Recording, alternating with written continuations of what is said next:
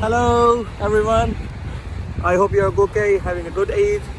Yeah, we're enjoying in Brighton now with my cousins. It's a really good fun time. I hope you are really well. Remember me in your prayers. Thank you.